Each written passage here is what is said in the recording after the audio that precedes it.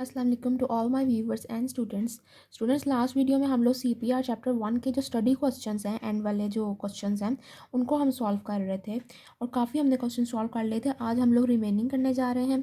तो हम लोग सबसे पहले जो है वो आप लोग मेरा चैनल सब्सक्राइब कर लें ताकि आपको आने वाली जो भी नेक्स्ट वीडियोज़ हैं जो कि बहुत इंपॉर्टेंट टॉपिक्स पर अब आ रही हैं तो आपको पता चल जाए उनको वीडियोज़ के बारे में और आपके नॉलेज में भी इजाफा हो। अच्छा स्टूडेंट, क्वेश्चन नंबर 13 पे हम लोग थे। The atropine sulphate is available only in the form of, जो एट्रोपिन सल्फेट है वो हमें किस फॉर्म में अवेलेबल है, 1/50 ग्रेन्स आता है पर tablet. How many atropine sulphate tablets would you use to compound the following prescription. अच्छा, जब ये लोग हमें प्रिस्क्रिप्शन देते हैं तो प्रिस्क्रिप्शन को आप लोगों ने ओवरऑल सारा फॉलो करना है। जो प्रिस्क्रिप्शन के अकॉर्डिंग जो एट्रोपिन सल्फेट है वो 1/200 ग्रेन्स यूज़ हो रही है, ठीक है। कोडीन सल्फेट फॉस्फेट यूज़ हो रहा है, एस्पारिन यूज़ हो रही है।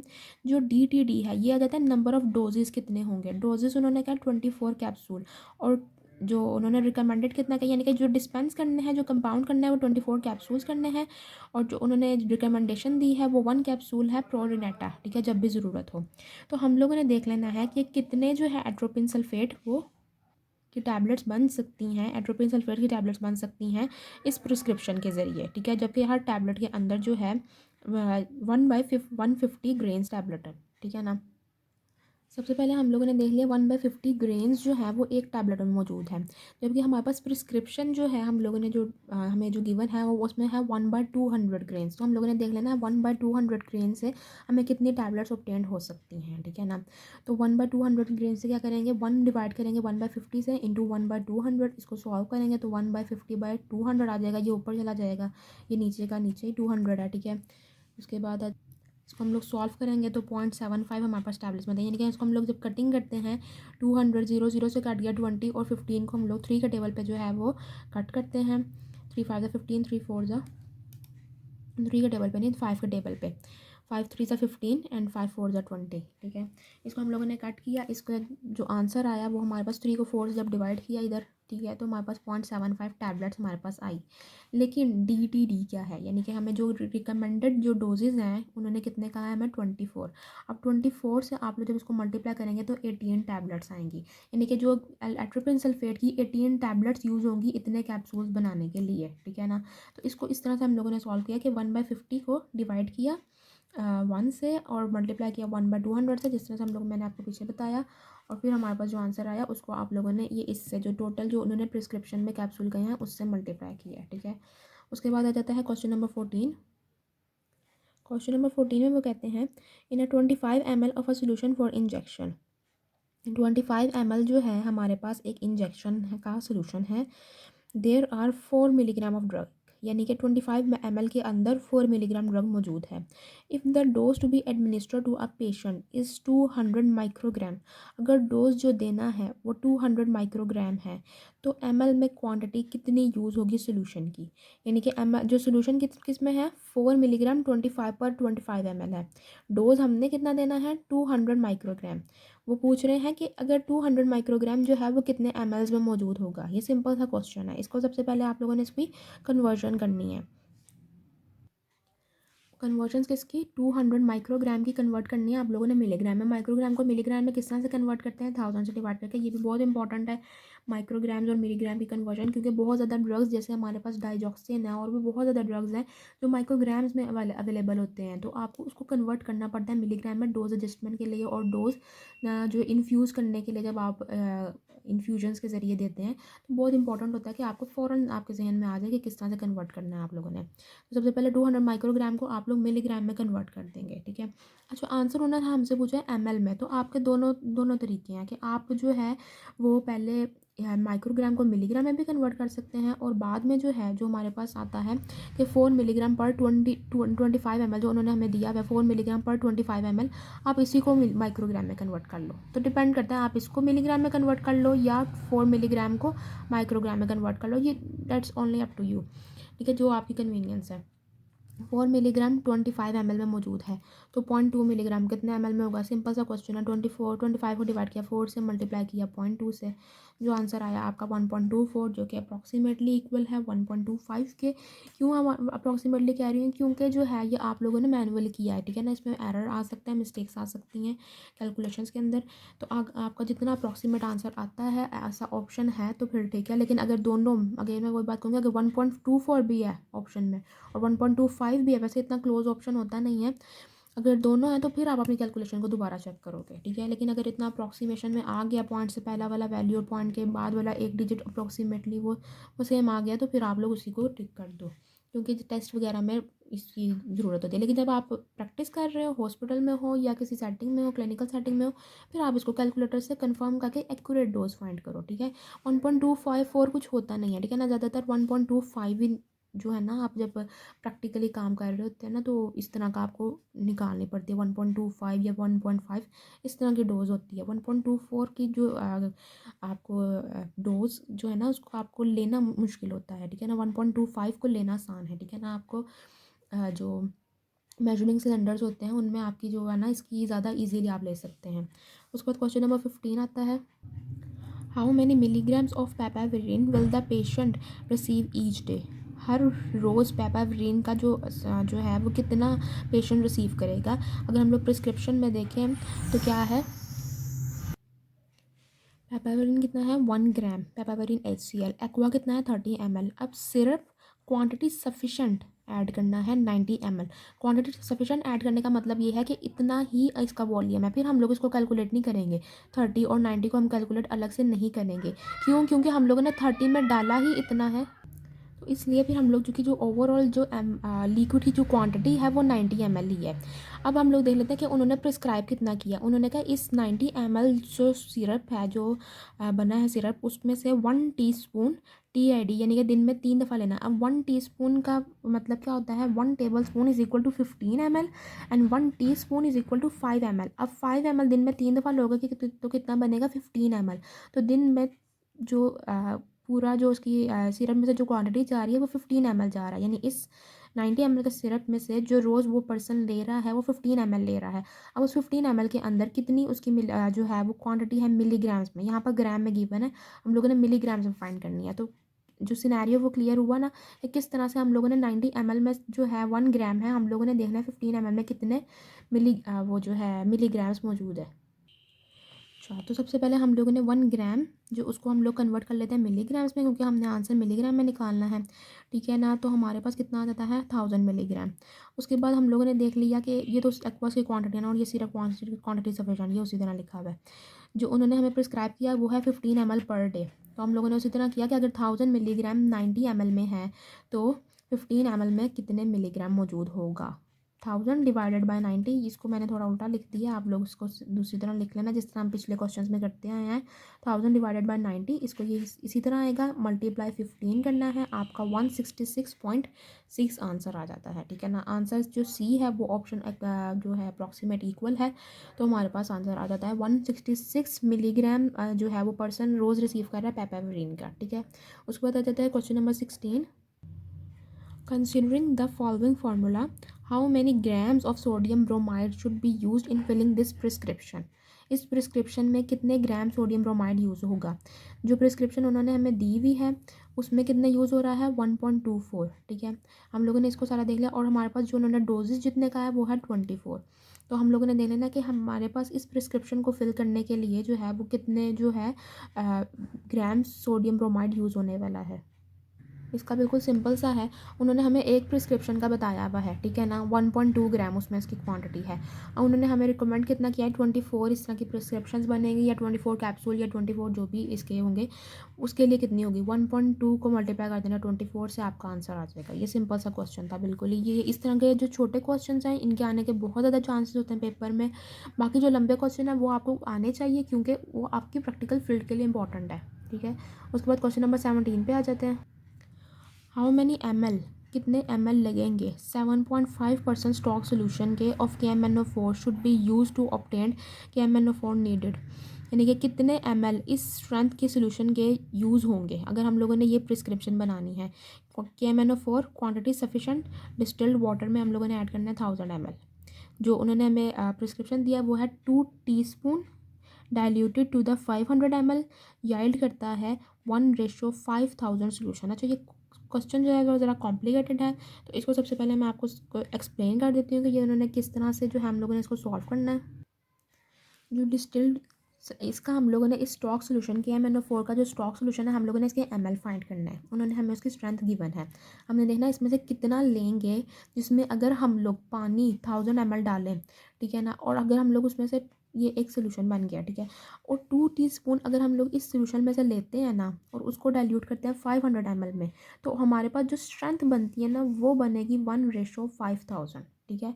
जो स्ट्रेंथ बन रही है ना वो ये बनेगी। अब इसका सोल्यूशन हम लोगों ने इसको स्टार्ट किस तरह से करेंगे, हम लोगों ने सबसे पहले देखना है कि ये जो 2 टीस्पून हम लोगों ने डाइल्यूट करना है 500 ml में, इस 2 टीस्पून के अंदर ग्राम्स कितने मौजूद है, मैस कितना मौजूद है, तो ठीक है, जो कि ये कंसनट्रेशन दे रहा है। हम लोगों ने इसको किस तरह से फाइंड करेंगे, मैस इन द 1:5000, 1/5000 जो हमारी है x 500। अच्छा, हम लोगों ने इसको इसी तरह जिस तरह से हम लोग लिखते हैं पीछे उसी तरह से लिखेंगे और सॉल्व करेंगे। 5000 को हम लोग 500 को डिवाइड करेंगे 5000 से, ये 5000 लिखा हुआ है, ठीक है ना, पॉइंट लगाया, जीरो नीचे आया, ये 1000 आ गया, ठीक है ना। वन से जो है हम लोगों ने इसको मल्टीप्लाई किया, 1 से इसको डिवाइड किया, ठीक है, तो 5000 का पूरा हमारे पास वो सॉल्व हुआ। और हमें पता चला कि इस जो 500 ml के अंदर जो है वो 0.1 ग्राम ऑफ द जो हमारे पास ड्रग है वो मौजूद है, ठीक है। अब ये 0.1 ग्राम किस में मौजूद है, इस 2 टीस्पून के अंदर, यानी कि जो 500 ml के अंदर तो हम लोगों ने 2 टीस्पून डाले, इसमें कितनी मौजूद है, ये 2 टीस्पून कितने के बराबर होता है, 1 टीस्पून इज इक्वल टू कितने बराबर होता है 5 ml, तो 2 teaspoon is equal to 10 ml। So 10 ml के अंदर कितना मौजूद हुआ, 0.1 ग्राम। हम लोगों ने फाइंड करना है कि इसमें, अब हम लोगों ने फाइंड करना है कि इसमें जो है अगर 10 ml के अंदर 0.1 ग्राम मौजूद है तो इस 1000 ml के अंदर कितने ग्राम्स मौजूद था, ठीक है ना। अब हम लोगों ने इसका फाइंड करना है, तो हम लोग देखते हैं कि 10 ml के अंदर कितना आ जाता है 0.1 ग्राम, और 1000 ml के अंदर कितना, उसी तरह से हम लोगों ने 0.1 डिवाइडेड बाय 10 इंटू द 1000, तो आंसर क्या आता है 10 ग्राम। 10 ml के अंदर 0.1 ग्राम मौजूद था, 1000 ml के अंदर 10 ग्राम्स मौजूद था। जो हमारे पास ये बात भी क्लियर हुई कि अब हमारे पास जो स्टॉक सोल्यूशन जिसकी स्ट्रेंथ 7.5% है, इसमें 10 ग्राम्स मौजूद है। अब हम लोगों ने फाइंड करना है कि हम लोगों ने उस सोल्यूशन में से कितने ml लेने हैं। उस सोल्यूशन के हमें ग्राम्स का पता चल गया कि 10 ग्राम मौजूद है 1000 ml के अंदर, ये बात हमारे पास क्लियर हो गई। एक बात हमारे पास ये क्लियर हो गई। दूसरी बात 7.5% उसकी स्ट्रेंथ है, इससे हम लोगों ने क्या अंदाज़ा लगाना है, ये जो परसेंटेज होती है ना 7.5%, इसका मतलब होता है 7.5 ग्राम इन 100 ml, not in the 1000 but in the 100 ml। ये परसेंटेज का मतलब ये होता है, तो इसका मतलब क्या है कि अगर 7.5 ग्राम है 100 ml के अंदर, तो 10 ग्राम जो है वो कितने ml के अंदर मौजूद होगा, और 10 ग्राम कितने ml के अंदर मौजूद होगा, 10 100 डिवाइड बाई 7.5 इंटू 10, आंसर क्या आता है 133.3 ml। सो 133.3 ml जो हैं वो हमें रिक्वायर होंगे इस जो स्टॉक सोल्यूशन है उसमें से, ठीक है। ये बात हमारे पास अब क्लियर होगी। उसके बाद आ जाता है क्वेश्चन नंबर 18, जो the formula for the Ringer solution follow. जो फार्मूला रिंगर सोल्यूशन का है उसमें क्या है, हाउ मच, ये इन्होंने नीचे दिया हुआ है given, how much sodium chloride is needed to make 120 ml, ठीक है। उन्होंने जो हमें फार्मूला दिया हुआ है वो किस में दिया हुआ है, 1000 ml का दिया हुआ फार्मूला, जिसमें कि जो सोडियम क्लोराइड वो यूज़ हो रहा है 8.60 ग्राम्स, ठीक है। अब 8.60 ग्राम जो है अगर 1000 ml में, उन्होंने पूछा है कि 8.60 ग्राम अगर 1000 ml में है तो 120 ml में कितने होंगे। ये बहुत इस आसान क्वेश्चन है, जिस तरह हम लोग पहले करते आए हैं उसी तरह यूनिटरी मेथड से आप लोगों ने इसको भी करना है। इस तरह से कि 8.6 को आप लोगों ने डिवाइड करना है 1000 से, मल्टीप्लाई कर देना है आप लोगों ने 120 से, आपका आंसर आ जाएगा 1.03 ग्राम्स जो है वो यूज़ होंगे NaCl के to make 120 ml of the Ringer solution. ये भी बहुत important type of the question है, ठीक है। ये भी आप लोग के फिंगर टिप्स पे होना चाहिए, खासतौर पे रिंगर सोल्यूशन, क्योंकि ये वो सोल्यूशन हैं जो हॉस्पिटल्स में बहुत ज़्यादा यूज़ होते हैं। अच्छा, अब क्वेश्चन नंबर 19 आ जाता है। क्वेश्चन नंबर 19 बहुत इंपॉर्टेंट है। How many grams of talc should be added to the 1 LB of the powder containing 20 gram of zinc undesalinate per 100 grams to reduce the concentration of the zinc to the 3%। अब उन्होंने कहा कि हमारे पास जो है एक LB powder के अंदर जिसमें पहले से ही 20 ग्राम जिंक मौजूद है पर 100 ग्राम। 1 एलबी पाउडर है जो कि 1 एलबी किसके बराबर होता है 454 ग्राम्स के। ठीक है, यानी 454 ग्राम्स के अंदर जो हमारे पास उसकी जो जिंक की कंसनट्रेशन है वो क्या है 20 ग्राम पर 100 ग्राम्स। 454 ग्राम हमारे पास टोटल पाउडर है, उसमें जिंक किस हिसाब से मौजूद है 20 ग्राम पर 100 ग्राम। इसमें हम लोग कितना मज़ीद पाउडर डालेंगे, कितना ज़्यादा डालेंगे कि इसकी कंसनट्रेशन जो है वो 3% रह जाए। ठीक है, इसको सॉल्व करना बहुत इंपॉर्टेंट है क्योंकि इस तरह के क्वेश्चन जो हैं वो आप डेली लाइफ में बहुत ज़्यादा जो है वो यूज़ होते हैं और ये इंपॉर्टेंट भी बहुत ज़्यादा है। अच्छा, हम लोग देखते हैं कि ये किस तरह से इसको सॉल्व करना है। सबसे पहले जो उन्होंने हमें कंसनट्रेशन दी हुई है, उन्होंने कहा है कि 20 ग्राम है पर 100 ग्राम। टोटल कितना है 454। तो ये टोटल सबसे पहले हम लोगों ने फाइंड करना है कि टोटल जिंक हमारे पास 454 ग्राम पाउडर में टोटल जिंक कितना मौजूद है। 20 डिवाइड करेंगे 100 से। ठीक है, 100 ग्राम में 20 ग्राम उन्होंने हमें दिया हुआ है, उन्होंने कहा टोटल इतना है। तो 20 को हम लोग डिवाइड करेंगे 100 से, मल्टीप्लाई करेंगे 454 से, तो हमें पता चलेगा कि ओवरऑल 454 ग्राम पाउडर में जो है 90.8 ग्राम जिंक मौजूद है। अब इस 90.8 ग्राम जिंक की सबसे पहले हम लोगों ने कंसनट्रेशन फाइंड करनी है क्योंकि हम लोगों ने को उनको उन्होंने कहा है कि आप लोगों ने इतना मज़ीद टैलेंट डालना है कि इसकी कंसनट्रेशन 3% रह जाए। तो सबसे पहले पता तो चले कि अभी इसकी कंसनट्रेशन इस जो टैलेंट पाउडर में कितनी है। 90 को कंसनट्रेशन किस तरह से फाइंड करते हैं, जो परसेंटेज इसकी होती है 90.8 जो इसकी गिवन है divided by total multiply by 100। 20% अभी इसकी है, इसमें मज़ीद कितना डालेंगे कि इसकी जो कंसनट्रेशन है वो 3% रह जाए। तो अगर हम लोग इस सिनेरियो को इसी तरह लिखें 90.8 multiply by 100 is equal to answer क्या आना चाहिए 3%। और ये वैल्यू हमें फाइंड करनी है कि इसको किससे डिवाइड करेंगे और क्या फिर मल्टीप्लाई करेंगे तो 3% आए। अब हम लोगों ने यहाँ पर क्या करना है, अगर हम लोग ऑप्शंस की तरफ देखें तो हमारे पास जो है ना, अगर आप लोग प्रैक्टिकली कर रहे हैं फिर आपको जो है हिट एंड ट्रायल मेथड से करना पड़ेगा। ठीक है, अगर आप लोग एमसीक्यू सॉल्व कर रहे हो तो फिर भी आपको हिट एंड ट्रायल मेथड से ही करना है, लेकिन उस वक्त क्या कि आपके पास रेंज ज़रा छोटी होगी, 4 ऑप्शंस की होगी। आप लोगों ने एक एक वैल्यू जो है इसमें से सिलेक्ट करनी है। आप जब सिलेक्ट करते हो कितनी वैल्यू से आप इसको डिवाइड करते हो कि आपका आंसर 3% आता है। आप लोगों ने वैल्यू जब सिलेक्ट करते हैं तो आपकी जो ए वैल्यू है वो क्या है 3026.7। उससे जब आप डिवाइड करते हैं 90.8 को।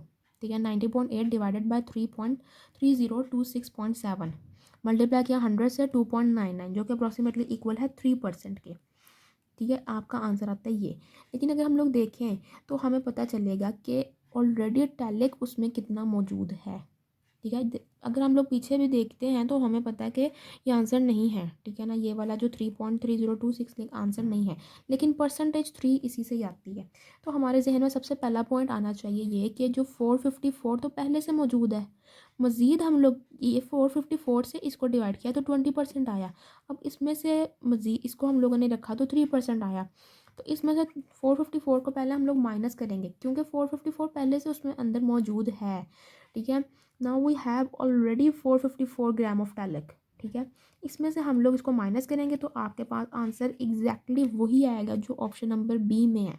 ठीक है ना, तो आपको पता चलेगा कि इतना पाउडर हम लोग मज़ीद अगर इसमें डाल दें 454 के अंदर तो आपकी परसेंटेज 3% हो जाती है।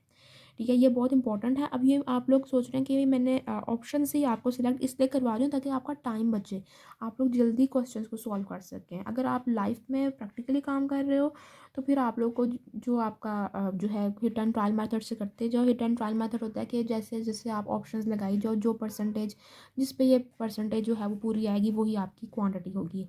ऑल्दो जो भी क्वांटिटी आती है आपको प्रीवियस उसमें से माइनस करनी ही पड़ेगी। ठीक है ना, जो आपका सही मेथड होता है कि पहले से ये क्वांटिटी मौजूद है, फिर आप लोग उसमें से माइनस करो और फिर देखो कि इतना हमने मज़ीद ऐड करना है। ठीक है, इस क्वेश्चन में अगर किसी को कोई प्रॉब्लम हो तो वो फिर कमेंट में मुझे बता सकता है, या मेरा जो फेसबुक पेज है उसमें भी आप लोग मेरे मैसेंजर पे मुझे सेंड कर सकते हैं कि क्या आपको कन्फ्यूजन इनमें है और आप लोग मुझसे वो पूछ सकते हैं, मैं आपको बता दूँगी।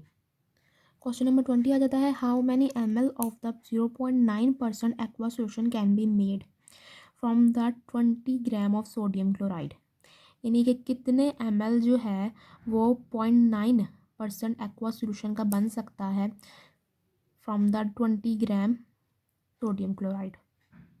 0.9% उसी तरह अगेन वही बात आ जाती है कि 0.9 ग्राम मौजूद है 100 ml के अंदर, ठीक है। उन्होंने कहा है कि 20 ग्राम सोडियम क्लोराइड से कितना बन सकता है। तो अगर 0.9 ग्राम से जो है वो 100 है, 100 में है, तो 20 में से कितना आएगा, 100 को डिवाइड करेंगे 0.9 से, मल्टीप्लाई करेंगे 20 से, तो आपका आंसर आ जाएगा 2222 ml आपका इसमें से बन सकता है, ठीक है। ये क्वेश्चन ये भी बहुत सिंपल था, इसके भी आने के चांसेस हैं, इस टाइप के क्वेश्चन के भी आने के चांसेस होते हैं कि आप लोगों ने इसको फ़ौरन जो है आप लोगों ने सॉल्व करना है। उसके बाद question number 21, the blood of our reckless driver contain 0.1% alcohol. Express the concentration of the alcohol in parts per million में एक्सप्रेस करें। अब पार्ट पर मिलियन का फॉर्मूला क्या है, 10⁻⁴, मतलब इसकी एक्सप्रेशन क्या है, 10⁻⁶। उन्होंने कहा 0.1% अल्कोहल मिला है, अब 0.1% को पार्ट्स पर मिलियन में एक्सप्रेस करो।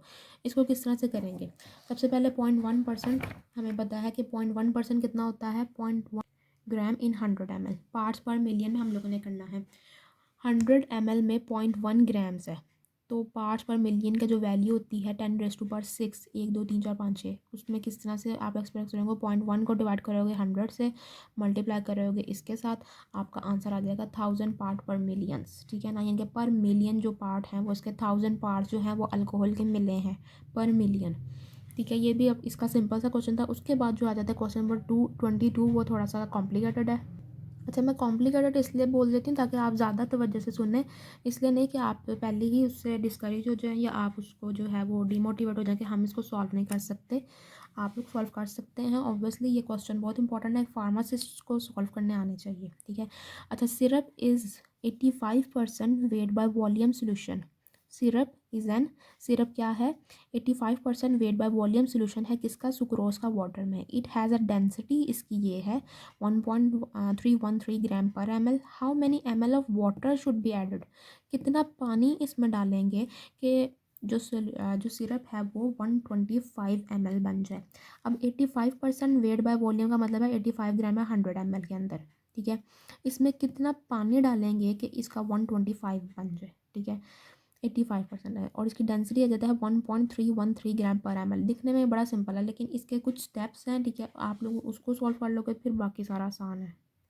सबसे पहले हम लोगों ने वेट ऑफ द सिरप निकालना है, वेट ऑफ द सिरप यानी कि मैस निकालना है उसका। डेंसिटी उन्होंने दी हुई है, मैस हमने फाइंड करना है, वॉल्यूम हमें पता है 125 का, 125 को मल्टीप्लाई करेंगे डेंसिटी के साथ, ठीक है, आपके पास आ जाएगा इसका ग्राम्स में वेट आ जाएगा इसका, ठीक है, वेट आ गया। अब इसका अब हम उनका दिया कितनी जो है इसकी स्ट्रेंथ कितनी दी हुई है, 85 ग्राम है 100 ml के अंदर। हम लोगों ने देख लेना है कि इसके कितना ग्राम्स मौजूद होगा 125 ml के अंदर, तो हम फाइंड करते हैं तो हमें पता चलता है 106.25 ग्राम्स मौजूद हैं 100 ml के अंदर, इतने ग्राम्स मौजूद हैं, ठीक है, ठीक है। ये बात हुई हमारे पास क्लियर। जो 125 ml का जो सोल्यूशन बनेगा उसका वेट होगा ये। अब हम लोगों ने इसमें पानी का वेट कितना है वो देख लेना है कि पहले वाले का जो है वो इतना ग्राम्स मौजूद है, जो नया बनेगा उसका ग्राम वेट इतना होगा, तो इसका मतलब है पानी का वेट फिर कितना आया, यानी कि पानी कितना डलेगा।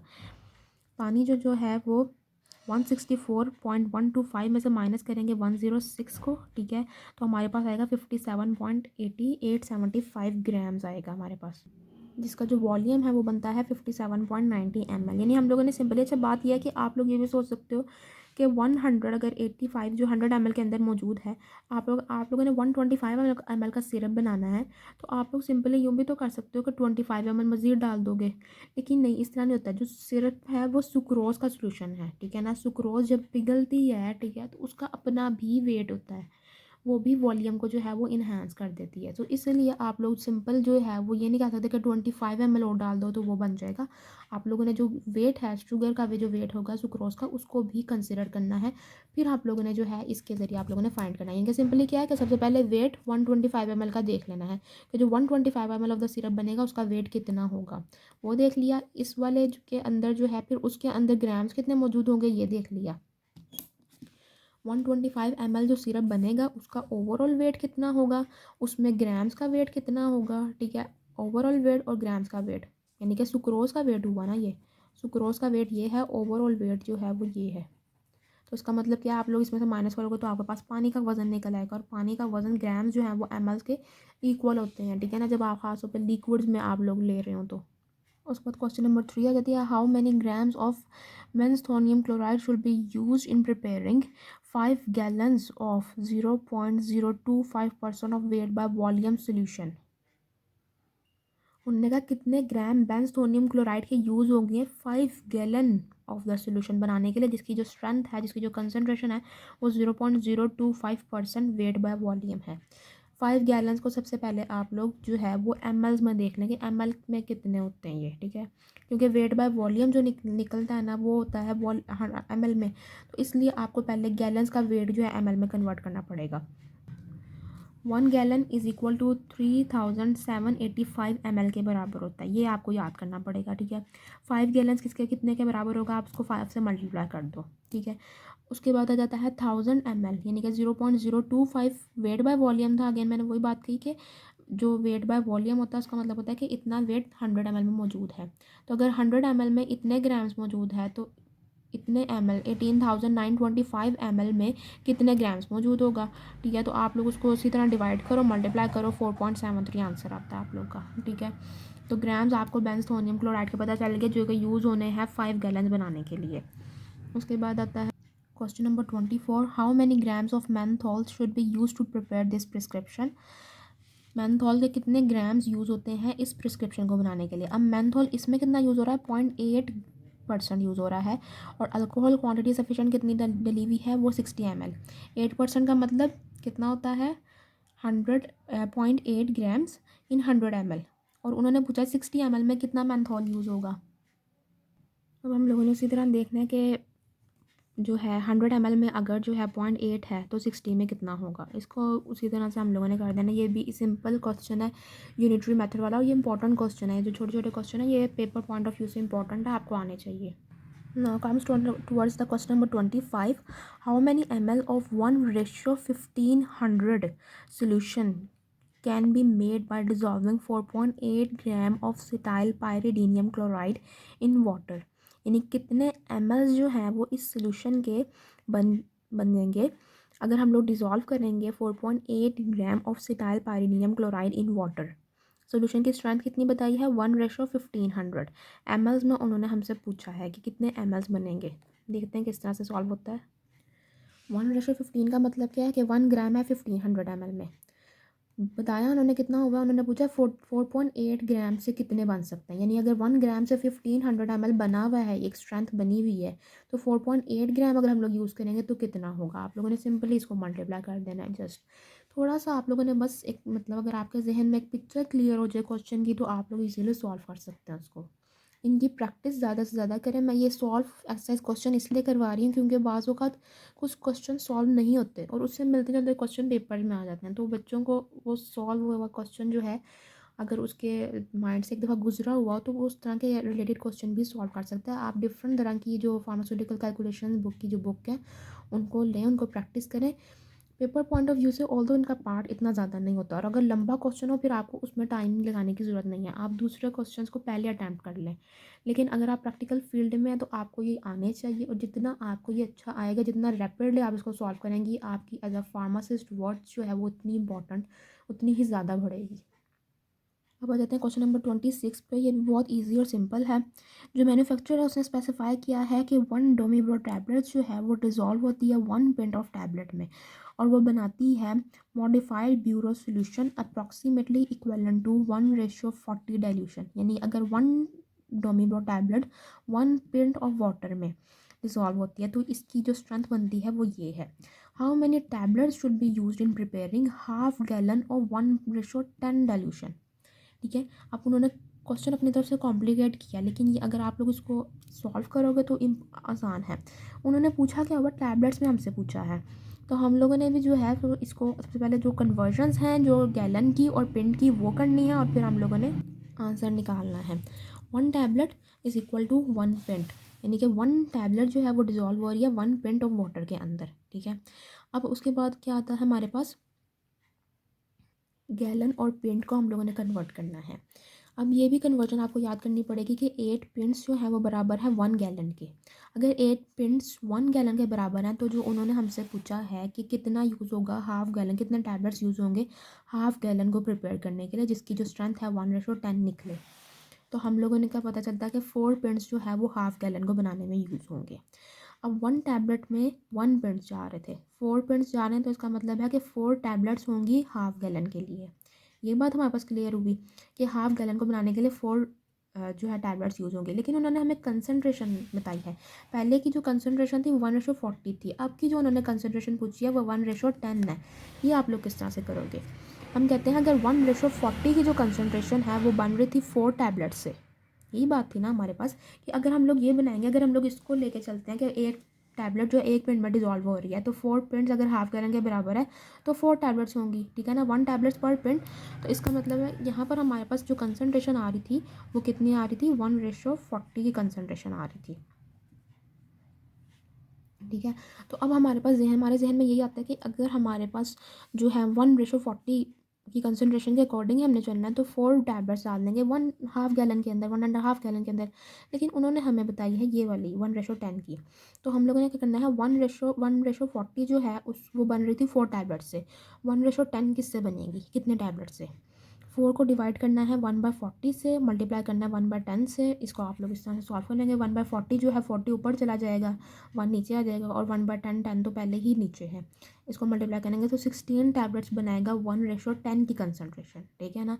तो आप लोग को क्वेश्चन में जो जो गिवन हो, आप लोगों ने उसके सारे अकॉर्डिंग उसके साथ साथ चलना होता है, ठीक है। उसके बाद नेक्स्ट क्वेश्चन में जो है उन्होंने हमें दिया हुआ है how many milliosmole 27 question, how many milliosmole of calcium chloride जिसका मॉलिक्यूलर वेट 147 है are represented in the 147 ml of 10% weight by volume calcium chloride solution. उन्होंने पूछा है मिलीऑस्मोल कितने हैं।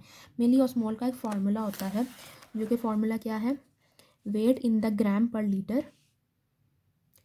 वेट जो सब्सटेंस है, जैसे कैल्शियम क्लोराइड का वेट ग्राम्स में होना चाहिए और पर लीटर के लिहाज से, divided by molecular weight in grams, molecular weight भी ग्राम्स में, into number of the species, उस जो कंपाउंड में नंबर ऑफ स्पीशीज़ कितनी है, मल्टीप्लाई बाय 1000।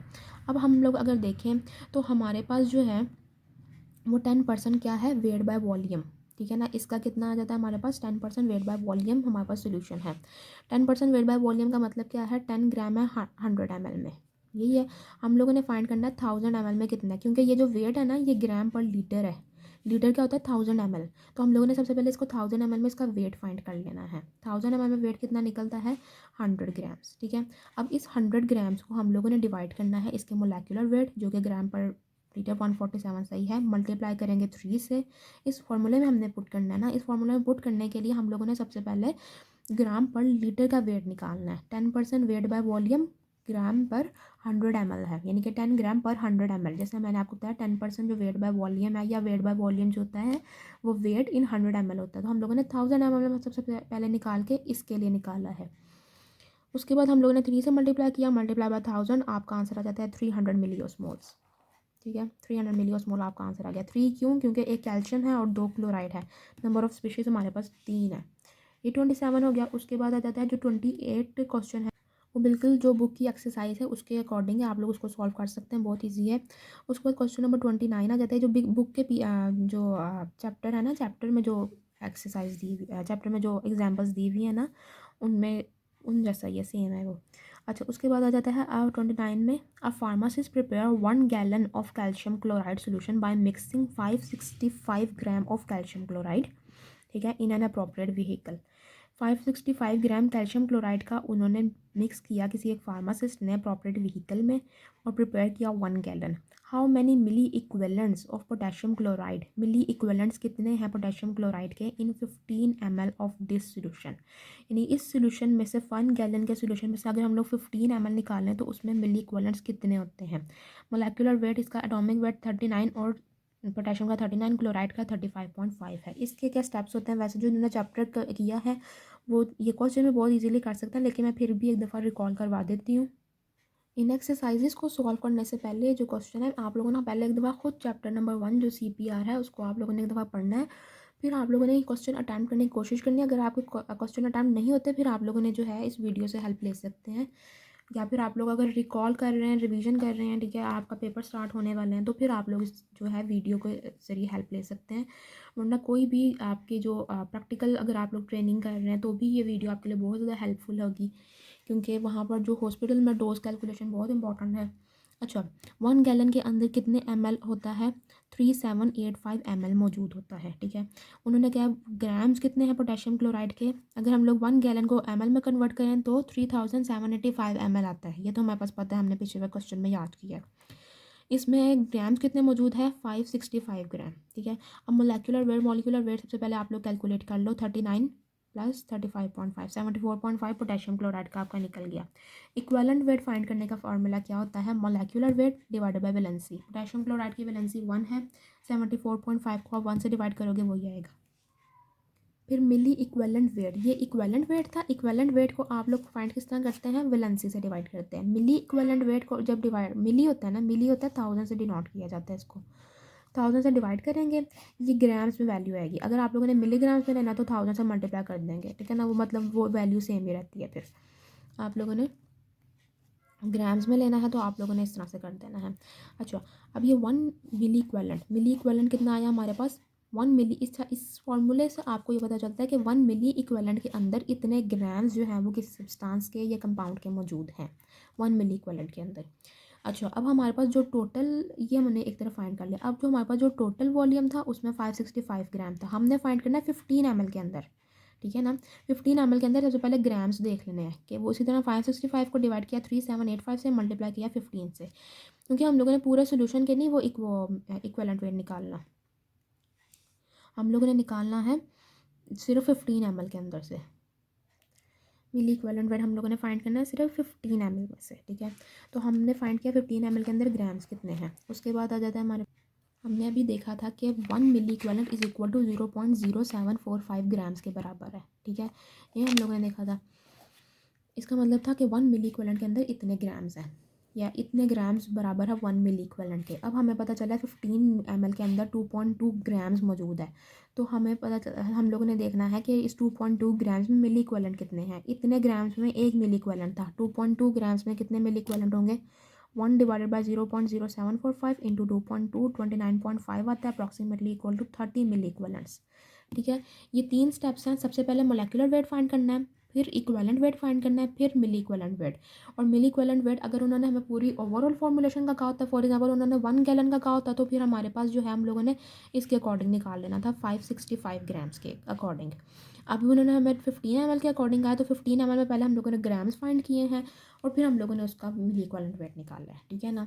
तो ये 3-4 स्टेप्स हैं, ये अगर आप लोग याद रख लें फ़ौरन जो है इसकी 3-4 क्वेश्चन की प्रैक्टिस करें और आपके जो ये स्टेप्स हैं वो फिंगर टिप्स पे आ जाएंगे, ठीक है। उसके बाद लास्ट क्वेश्चन आ जाता है क्वेश्चन नंबर 30। अब वैंकोमाइसिन सोल्यूशन कंटेन करता है 1000 मिलीग्राम ऑफ वैंकोमाइसिन हाइड्रोक्लोराइड, जिसको डाइल्यूट किया है 250 ml तक विद द D5W का मतलब क्या होता है? 5% dextrose water is to be infused at a constant rate with an infusion pump in 2 hours. What is the rate of the drug administration? उन्होंने कहा कि 1000 मिलीग्राम की जो सोल्यूशन है उसको उसमें हम लोगों ने 250 ml हम लोगों ने डाल दिया है 5% डेक्सट्रोज वाटर। अब इसको हम लोगों ने 2 घंटों में जो है वो इन्फ्यूज़ करना है। बताएं मिलीग्राम पर मिनट, क्योंकि अगर हम लोग ऑप्शंस देखें तो मिलीग्राम पर मिनट में सारे ऑप्शंस हैं। मिलीग्राम पर मिनट में कितना इसका रेट होगा, यानी कि कितने मिलीग्राम जाएगा पर मिनट के हिसाब से। अब हम लोगों ने, उन्होंने दिया हुआ हमें मिली मिनट्स में, मतलब उन्होंने पूछा है 2 घंटे के अंदर, ऑप्शंस में सारे मिनट्स हैं, तो इसका मतलब क्या होगा कि 2 hours and 60 मिनट्स, ठीक है। इसमें उन्होंने हमसे पूछा, यानी कि हर घंटे के अंदर कितने होते हैं? 60 मिनट्स होते हैं। इसको किस तरह से सॉल्व करना है सबसे पहले ये देखते हैं। हम लोगों ने सिंपल सा देख लेना है कि हमारे पास आ जाता है 1000 मिलीग्राम है, ठीक है ना। इन्फ्यूजन रेट उन्होंने हमसे पूछा हुआ है 2 घंटे के अंदर कितना होगा। 1000 मिलीग्राम है हमारे पास, मिलीग्राम पर मिनट में पूछा है, पर मिनट का मतलब होता है 60। लेकिन अगर 2 घंटे की बात हुई है या 24 घंटे की बात हुई होती है, 24 घंटे की बात हुई होती है तो 24 से मल्टीप्लाई होता। अगर 2 घंटे की बात हुई है तो 2 आवर्स से मल्टीप्लाई होगा। 2 आवर्स और 2 आवर्स के अंदर मिनट, 1 घंटे के अंदर कितना मिनट होता है? 60। तो 60 को मल्टीप्लाई किया 2 से, या फिर आप लोग ओवरऑल जो 2 घंटे के मिनट्स होते हैं 120, आप उससे भी कर सकते हैं। 1000 को डिवाइड करेंगे इनसे, आपका आंसर आ जाएगा 8.33 मिलीग्राम। अब क्वेश्चन नंबर 12 रह गया था, जो कि मैंने लास्ट वीडियो जो है मैंने वो 11 पे छोड़ी थी। क्वेश्चन नंबर 12 रह गया था, वो अब हम लोग देख लेते हैं। क्वेश्चन नंबर 12 क्या है? फॉर अ चाइल्ड एक बच्चे के लिए स्ट्रेप्टोमाइसिन का जो डोज रिकमेंडेड है वो है कितना 30 मिलीग्राम पर केजी बॉडी वेट इन अ डिवाइडेड डोज में दिया जाता है एवरी 6 और या 12 hours. The dry powder streptomycin का उसको डिजोल्व किया है by the adding water for the injection in an amount to yield the desired concentration as indicated in the following for a 1 gram vial। Approximately जो concentration है वो हमारे पास उन्होंने 3 कंसनट्रेशंस दी हुई हैं। 200 मिलीग्राम 200 मिलीग्राम में डाला है 4.2 ml। वैसे हमारे पास 1 ग्राम की वायल है ना, तो 200 मिलीग्राम में अगर हम लोग ईच 200 मिलीग्राम के लिए 4.2 ml लें, ठीक है, या 250 मिलीग्राम के लिए 3.2 ml लें, या 400 मिलीग्राम के लिए 1.8 ml। इसका मतलब यह है कि ईच 400 मिलीग्राम के लिए लेंगे तो अगर 1 ग्राम 400 मिलीग्राम के लिए अगर 1 ग्राम वाइल के लिए लेना पड़ेगा तो फिर 400 एंड 200 यानी कि पूरे हिसाब से करेंगे, मतलब पूरा अकॉर्डिंग करेंगे। अगर 200 किया गया है, 200 के कंसनट्रेशन या 200 मिलीग्राम की डिसाइड की गई है कि ईच 200 मिलीग्राम में 4.2 डालेंगे तो उसको अकॉर्डिंगली 1 ग्राम के वाइल के लेना है। उन्होंने कहा रिकॉन्स्टिट्यूट करें at the lowest possible concentration what volume in ml would be drawn to obtain a day's dose of 50 LB child. अब सबसे पहला स्टेप क्या है कि इस LB को सबसे पहले हम लोगों ने इसका डेली डोज निकालना है, ठीक है। उसके बाद उन्होंने कहा कि 1 ग्राम वाइल को सबसे लोवेस्ट पॉसिबल कंसनट्रेशन में जो है वो आप रिकॉन्स्टिट्यूट कर लें, ठीक है ना। यानी कि जो पाउडर है 1 ग्राम का 1000 मिलीग्राम का जो एक वायल है उसको आप लोगों ने लोवेस्ट पॉसिबल कंसनट्रेशन में रिकॉन्स्टिट्यूट करना है। लोवेस्ट पॉसिबल कंसनट्रेशन का मतलब है कि उसमें कम से कम पानी डालो, ठीक है। तो कम से कम पानी किस में जा रहा है, ज़्यादा से ज़्यादा कंसनट्रेशन और कम से कम पानी 400 मिलीग्राम, ईच 400 मिलीग्राम में 1.8 जा रहा है। यहाँ पर पानी जो है वाटर फॉर इंजेक्शन ज़्यादा जा रहा है निस्बतन इसके, ईच 400 मिलीग्राम में 1.8 ml जा रहा है, ठीक है। तो इसका मतलब क्या है कि ओवरऑल कितना चला जाएगा कि मतलब सम व्हाट 3.2 या इतना जाएगा, ठीक है ना, या 4 चला जाएगा 100 ग्राम के अंदर। लेकिन अगर इसके हिसाब से लेंगे तो हमारे पास पानी ज़्यादा चला जाएगा, 9 या 10 ml पानी चला जाएगा, ठीक है ना। इनके हिसाब से इसके हिसाब से 12 भी जा सकता है, बल्कि 12 से ज़्यादा ही जाएगा। अच्छा, उसके बाद उन्होंने कहा कि ये हमारे पास बन गया 1 ग्राम वाइल में आपने इतना पानी डाल दिया कि हमारे पास जो है ना एक कंसनट्रेशन बन गई, ठीक है। अब उसमें से कितना आप जो है वो निकाल लेंगे सोल्यूशन कि आप उसकी डेली रिक्वायरमेंट को पूरा कर लो। डेली रिक्वायरमेंट सबसे पहले फाइंड करनी पड़ेगी। इसका मतलब है 50 LB को सबसे पहले आप केजी में निकाल लेंगे। 50 LB को किस तरह से आप केजी में करते हैं, 1 kg is equal to 2.20 LB, ठीक है। तो 50 LB कितने के बराबर हुआ, 22.72 kg। ये उसी तरह फाइंड करना है। ये आप लोग मेरी फर्स्ट वीडियो में भी देख सकते हैं कि किस तरह से हम लोगों ने ये वेट की कैलकुलेशन की। इसको भी वैसे यूनिटरी मेथड के जरिए करते हैं। उसके बाद हम लोगों ने इसका पर डे डोज निकाल लिया। पर डे डोज 681 मिलीग्राम निकला। उसके बाद लोवेस्ट पॉसिबल कंसनट्रेशन हम लोगों ने सेलेक्ट की जो कि 400 मिलीग्राम की थी 1.8 ml में, ठीक है। तो हमें पता चलता है अगर 400 मिलीग्राम में 1.8 ml है, यानी कि 1.8 ml के अंदर 400 मिलीग्राम है, तो 681 मिलीग्राम जो इसकी पूरी दिन की डोज है वो कितने ml में मौजूद होगी। 1.8 को डिवाइड करेंगे 400 से, मल्टीप्लाई करेंगे 681 से, 3.06 जो कि अप्रॉक्सीमेट इक्वल है 3.40 के। फर्स्ट वैल्यू आपका आंसर आ रहा है, ठीक है। तो आप लोगों ने इसी को सिलेक्ट कर लेना है क्योंकि ये आपके बहुत ज़्यादा अप्रॉक्सीमेटली है, ठीक है ना, सेम है। अच्छा, यहाँ पर आ जाता है कि हम लोग इस तरह भी कर सकते हैं कि पहले हम लोग पूरे 1000 यानी 1 ग्राम वाइल की क्वांटिटी फाइंड कर लें। वो फिर लंबा मेथड हो जाएगा कि आप लोग पहले 1000 मिलीग्राम की फाइंड करें। 1000 मिलीग्राम में कितने ml डलेगा पानी, ठीक है ना। यानी कि अगर ईच 400 मिलीग्राम में 1.8 डल रहा है तो 1000 मिलीग्राम जो कि एक 1 ग्राम वाइल है उसमें कितना पानी डलेगा, ठीक है ना। वाटर फॉर इंजेक्शन कितना डलेगा और उस फिर वाटर फॉर इंजेक्शन फिर जो वैल्यू आएगी फिर हम लोगों ने देखना है कि 1000 मिलीग्राम में इतना पानी डला तो 681 मिलीग्राम हम लोगों ने तो उतना ही निकालेंगे ना जितनी उस बच्चे की दिन की रिक्वायरमेंट है। सिर्फ आप लोग बनाते हैं अगर फॉर एग्जांपल रिकॉन्स्टिट्यूट जो करते हैं, जो जिनके घर में कोई बच्चा पीता है रिकॉन्स्टिट्यूट सिरप, उसको उनको पता होगा कि जब उसको किया जाता है तो पूरा बोतल नहीं होती पीने के लिए, बल्कि एक दिन के हिसाब से जो रिकमेंडेड स्पून्स होते हैं, टी स्पून या टेबल स्पून, वो दिया जाता है, ठीक है ना। टी स्पून ही दिया जाता है, टेबल स्पून तो खैर बहुत ज़्यादा हो जाता है एक टाइम के लिए। तो इसलिए आप लोगों ने फाइंड करनी है उसके दिन की डोज क्या होगी, क्योंकि उन्होंने पूछा है कि उन्होंने क्या क्वेश्चन किया है कि what volume would be drawn to obtain a day's dose, यानी कि एक दिन की डोज कितनी होगी। तो एक दिन के मिलीग्राम कितना निकल रहा है 681, ठीक है। तो 681 कितने ml में मौजूद होगा, वो होगा 3 ml में या 3.5 ml में मौजूद होगा। तो अप्रॉक्सीमेट जो आंसर हमारे पास निकलता है वो 3.40 ml है, वो निकलता है। अब ये सारे क्वेश्चंस हो गए हैं। अगर कोई भी क्वेश्चन में जो है आपको कन्फ्यूजन है तो आप मुझे बता सकते हैं फेसबुक पेज के ज़रिए भी, या कमेंट सेक्शन में बता दें। अब आप लोग मेरे चैनल को सब्सक्राइब कर लें ताकि जो भी नेक्स्ट आने वाली वीडियोस हैं जो आगे कोलिनर्जिक ड्रग्स पे, एड्रिनर्जिक ड्रग्स और जो कीमोथेरेप्यूटिक और जो डिफरेंट जो ड्रग्स होंगे, ड्रग्स के जो क्लासेस हैं CVS CNS, उन पे जो बनने जा रही हैं उनसे आपको जो है वो नोटिफिकेशन आपको मिलती रहे, आपके कॉन्सेप्ट क्लियर हो ना, आपके जो एग्ज़ाम्स जो हैं वो पेपर जो पास करने में, बेशक वो आपके प्रॉफ्स के हों या फिर कंपटीशन एग्ज़ाम हो, आपको आसानी हो। ओके, अल्लाह हाफिज़।